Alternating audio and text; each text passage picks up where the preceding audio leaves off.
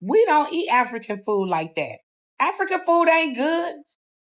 Black people eat Jamaican food. Hell, we'll eat Indian food, Chinese food before we go buy African food. Africans have rhythm, but they don't have soul. Black Americans provide the most value to the world because we're everybody's soundtrack. We're the soundtrack to everybody's lives. From the mid-1800s till now, we have dominated world music. People don't ride listening to Mexican music. People don't ride listening to Nigerian music. People don't ride listening to white music even. They ride all day listening to our music. When they have cookouts and family reunions, they're listening to our music. When our music comes on, they start dancing and feeling it. Especially our oldies like Marvin Gaye, like Temptations, like Earth, Wind, and Fire. We are the soundtrack to everybody's lives and good time. Other groups of people do not provide this type of value. Other groups of people provide physical value, and that barely. We provide actual soul value. We touch people's souls across the world. Africans don't even touch people's souls at all. What you call soul, I call Yah. What you call swag, I call Yah. We have Yahweh. I've seen a few videos on here from Black American creators who are saying boycott Black African businesses for some reason. I'm not sure why. I haven't delved into it, but I find that to be stupid. And there's another one going around here talking about there's a difference between what Black Americans look like versus what Africans look like.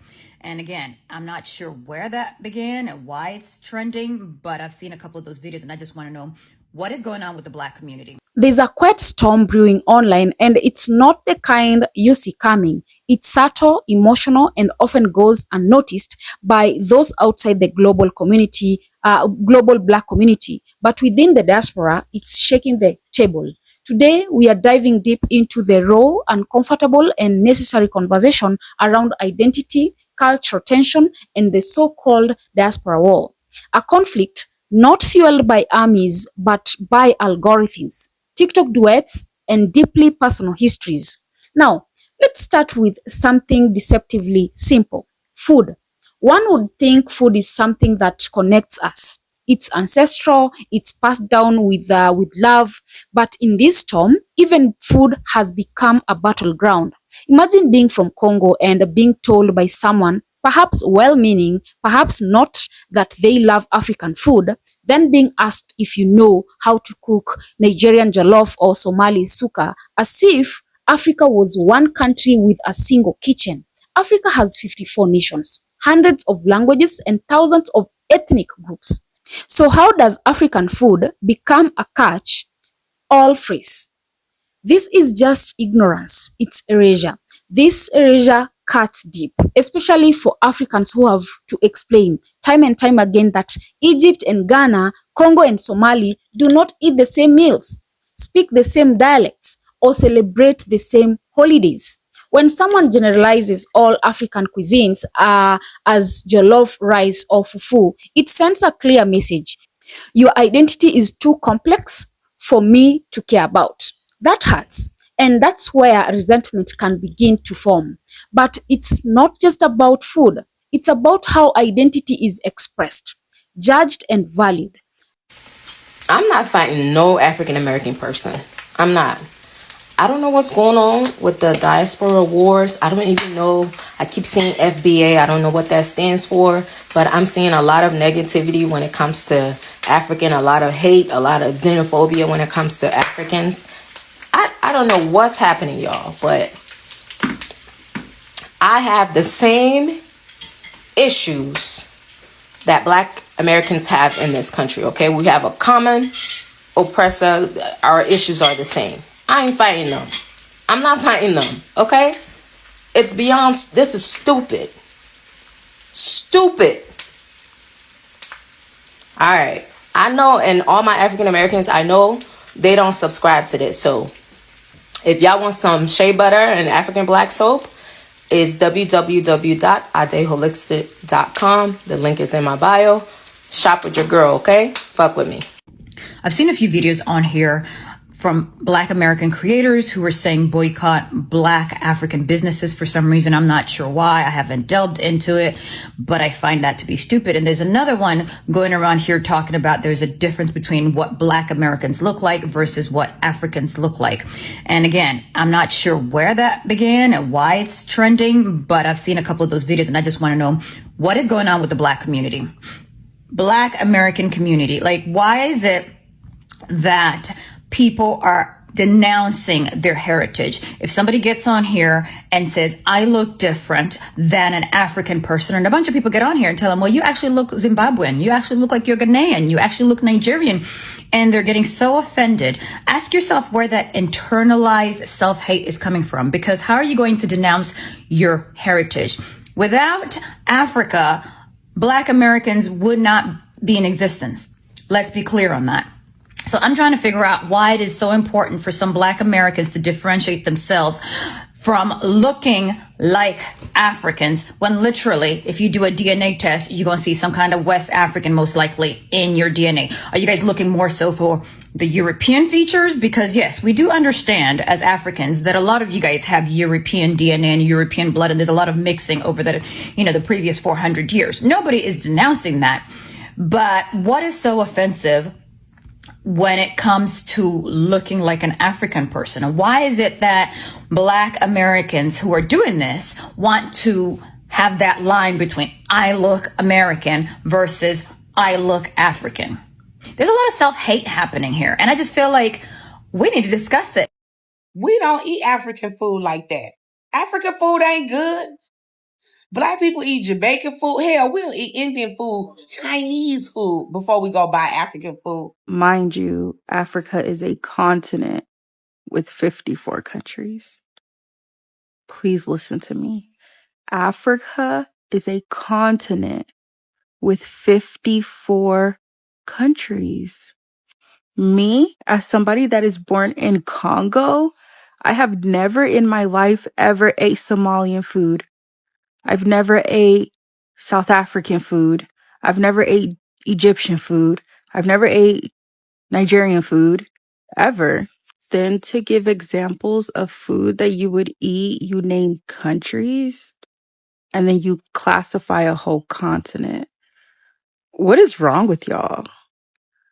I really want you guys to use your brains.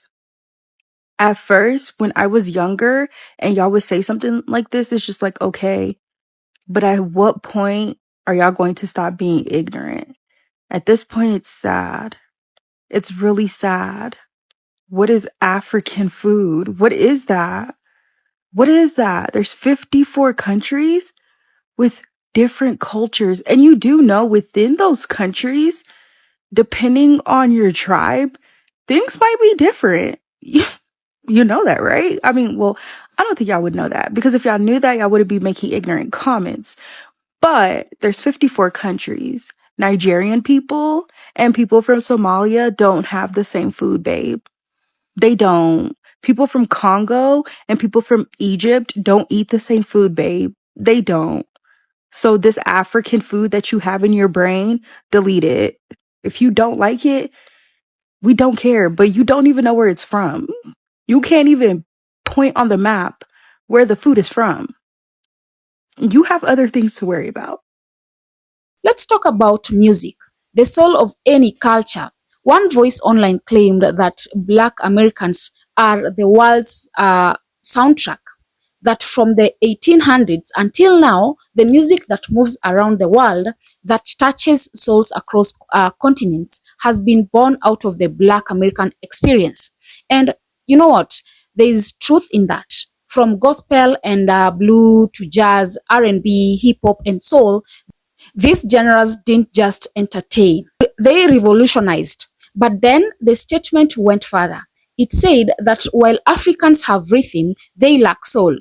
That African music doesn't touch hearts the way Black American music does. That is why it gets tense. Because now we are not just celebrating Black American brilliance. We are drawing a line between who has soul and who doesn't. Suddenly, we are back in the trap of internal hierarchy. Who's the real Black?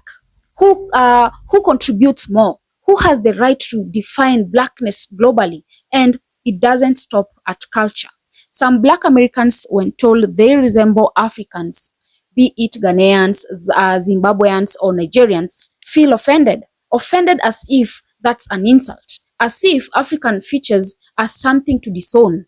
And yes, that reaction doesn't exist in a vacuum. It comes from centuries of colonialism, of European beauty standards, of forced disconnection. But that doesn't make it okay. The truth is harsh. Without Africa, Black Americans wouldn't exist. Ancestry DNA test doesn't lie. West African heritage runs deep. So when someone rejects that connection, it signals something more painful, perhaps internalized self-hate, perhaps a longing to, belong to something less stigmatized, perhaps fear of being seen as too African in a world that still devalues Africa. And then there's the xenophobia, the call for boycotts of African businesses. This hashtag, the petty clapbacks, the mocking of accents, it's ugly, it's heartbreaking, and it's happening in full view. Some Black American creators are weaponizing the very platforms that should connect us to wage cultural war, and that war isn't just ideological, it's economic, it's spiritual, it's generational. But not everyone's clapping back. Some are calling for, peace. Some are saying enough is enough. We have the same energy, we fight the same battles, we bleed the same blood. So what do you do when your own family is fighting? Because that is what is happening here, a family fight. We cannot ignore that within the diaspora, there are real wounds, some inherited, some inflicted. Africans coming to America face stereotypes. Black Americans born into the system face trauma, often feel their culture is, imitated but not respected. There is mistrust, misunderstanding, miscommunication, but at the root, there is also love. Let's acknowledge something here. There are Black Americans who do not participate in this negativity. They embrace their African brothers and sisters. They buy African black soap. They wear Ankara prints with pride. They travel to Ghana, Nigeria, Senegal, Kenya, not just to explore their roots, but to build bridges. And there are Africans who don't look down on Black Americans, who don't see them as lazy or privileged, who understand that centuries of slavery, Jim Crow, redlining, and incarceration have created unique scars. Unity is not just a buzzword, it's a choice. Now, what happens when we focus less on who brings more to the table and instead ask, how can we share this table? What if instead of saying Africans don't have soul, we said African music brings rhythm, Black American music brings soul, and both are sacred? Imagine if we could learn from each other. Africans could learn that art or protest from Black Americans, the power of organized resistance, storytelling, survival through music. Black Americans could learn from Africans the richness of untouched tradition, the connection to the land, the resilience through colonization. The irony, our enemies have always benefited from our division. When we fight, systems of white supremacy win. When we boycott each other, capitalist structures thrive. When we mock each other, racists laugh. Every minute we spend arguing over who's more Black is a minute we don't spend building generational wealth, policy change, or healing. This isn't just about food, music, or looks. It's about survival, collective survival. So here we are at a crossroad. The Black diaspora is vast. From Harlem to Harare, from Lagos to Louisiana, from Kingston to Kinshasa, and within this diaspora lives both the burden and the blessing of history. We didn't choose this legacy of separation. We do not choose how we respond to it. When one side says, your music doesn't have soul, and the other says, you are denying your heritage, what we are really hearing is pain. The pain of being disconnected, of being misunderstood, of being erased, even by your own.